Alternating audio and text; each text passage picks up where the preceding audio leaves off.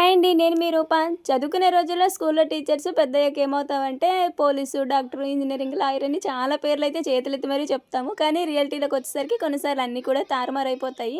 నాకైతే మాత్రము ఒక మంచి తెలుగు టీచర్ అవ్వాలని కోరుకుండేది. కానీ ఇప్పుడు పెళ్లి చేసుకొని ఇద్దరు పిల్లలకి తల్లినయ్యాను.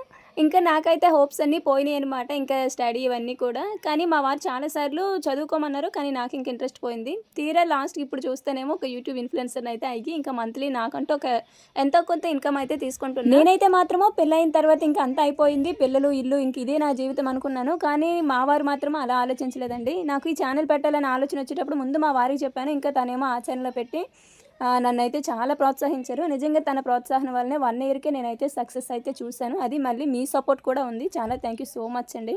అలా వచ్చిన నా యూట్యూబ్ ఇన్‌కమ్ తోటి ఇంట్లోకి కొన్ని వస్తువులైతే తీసుకుంటున్నానండి. చాలా హ్యాపీగా ఉంది. ఉద్యోగం చేయాలంటే బయటికే వెళ్ళవలసిన అవసరం లేదు. మంచి ఆలోచన ఉంటే ఇంట్లో ఉండి కూడా చేసుకోవచ్చు నాలాగా. Thank you.